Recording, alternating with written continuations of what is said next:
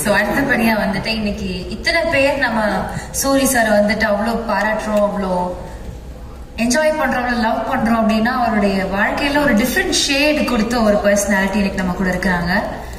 இன்னைய நிகழ்ச்சியுடைய ஒரு உரித்தான ஸ்பெஷல் கெஸ்ட் இயக்குனர் வெற்றிமாறன் அவர்களை அன்போடு பேச அழைக்கிறோம்.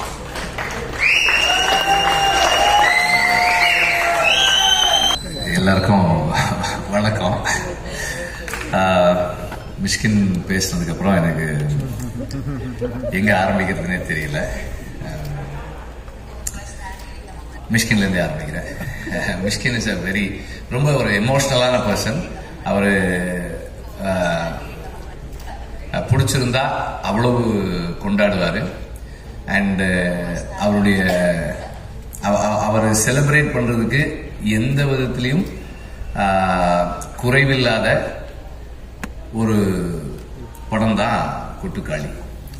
Vinod is a very very very special film maker. இந்த ஜெனரேஷனுடைய, இன்னைக்கு இருக்கிற யங் ஜெனரேஷனுடைய தமிழ் சினிமாவின் அடையாளமாக இன்டர்நேஷனல் லெவல்ல இருக்கிற ஒரு film maker. There are other film makers also.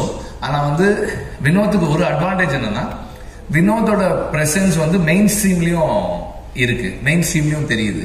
அதுக்கு காரணம் இந்த ப்ரொடக்ஷன் ஹவுஸ், சிவகார்த்திகேயனுடைய சப்போர்ட் அண்ட் சூரி மாதிரி ஒரு மெயின் ஸ்ட்ரீம் ஆக்டர். அவரு இன்னைக்கு கதை நாயகனா இருக்கிறாரு, அது இல்லை. அது இல்லாமலுமே கூட அவர் ஒரு main stream actor, popular actor. அவரு இந்த மாதிரியான ஒரு படத்துக்குள்ள இருக்கணும்னு விரும்பி வர்றது வினோதுக்கு ஒரு பலமாவும் அதே நேரத்தில் சவாலாகவும் இருந்திருக்கும் இந்த கதை பண்ணும்போது நான் நினைக்கிறேன். பிகாஸ் இந்த மாதிரியான வாழ்க்கைக்கு மிக நெருக்கமான ஒரு படத்தை பண்ணும்போது வணிக ரீதியான அல்லது வியாபாரத்தில் இருக்கிற நடிகர்களோ தயாரிப்பாளர்களோ இருக்கும்போது அவங்களுக்கான சில தேவைகள் இருக்கும், அந்த டிமாண்ட்ஸ் இருக்கும். அதையும் மனசுல வச்சுக்கிட்டு தனக்கு நெருக்கமான ஒரு படத்தையும் பண்றது பெரிய சேலஞ்ச். வினோத் 2 படம் பண்ணியிருக்காரு. 2 படமுமே இன்டர்நேஷனலா பல ஃபிலிம் ஃபெஸ்டிவல்ஸ்ல போய் பேசப்படுற, ரொம்ப கொண்டாடப்படுற படங்களா இருந்திருக்கு. 2 படமுமே அப்படிதான். கொட்டுக்காளியை பொறுத்த வரைக்கும் இது ஒரு ஃபெமினிஸ்ட் ஃபில்மா அப்படின்னு கேட்டா yes, it is. It takes the side of the oppressed, அதாவது பெண்களின் பக்கம் நிற்குது. சாதியத்திற்கு எதிரான படமானா கண்டிப்பா சாதியத்துக்கு எதிரான ஒரு படமாவும் இருக்கு. இது ஒரு இலக்கியமா இருக்காருன்னா இலக்கியமாவும் இருக்கு. இது ஒரு நம்மள மாதிரி மெயின் ஸ்ட்ரீம் ஆடியன்சஸ், வணிக சினிமாவை பார்க்கக்கூடியவர்களுக்கு நெருக்கமான படமா இருக்கானா அப்படியும் இருக்கு. இதை சாதிக்கிறது சாதாரண விஷயம் இல்லை. இதை வினோத் ரொம்ப எளிமையா இயல்பா அச்சீவ் பண்ணியிருக்காரு. அண்ட் நடிச்ச நடிகர்கள்,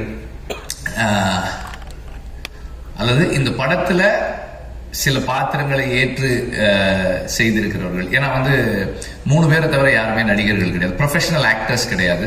எல்லாருமே சரியா பண்ணியிருக்காங்க. அப்புறம் இதுல இன்னொரு பெரிய துணிச்சலான விஷயம் ஒரு ஃபில்ம் மேக்கரா வினோத் பண்ணியிருக்கிறது என்னன்னா, இதுக்கு பேக்ரவுண்ட் ஸ்கோர் பயன்படுத்தாது. பேக்ரவுண்ட் ஸ்கோர் இல்லை அப்படின்றதால என்ன ஆகுதுன்னா இன்னும் வாழ்க்கைக்கு நெருக்கமா போகுது. And there are a lot of ironic moments in the film. அதை நீங்க படம் பார்க்கும்போது அதை என்ஜாய் பண்றதுக்கு நல்லா இருக்கும். அந்த முரண்கள் தான்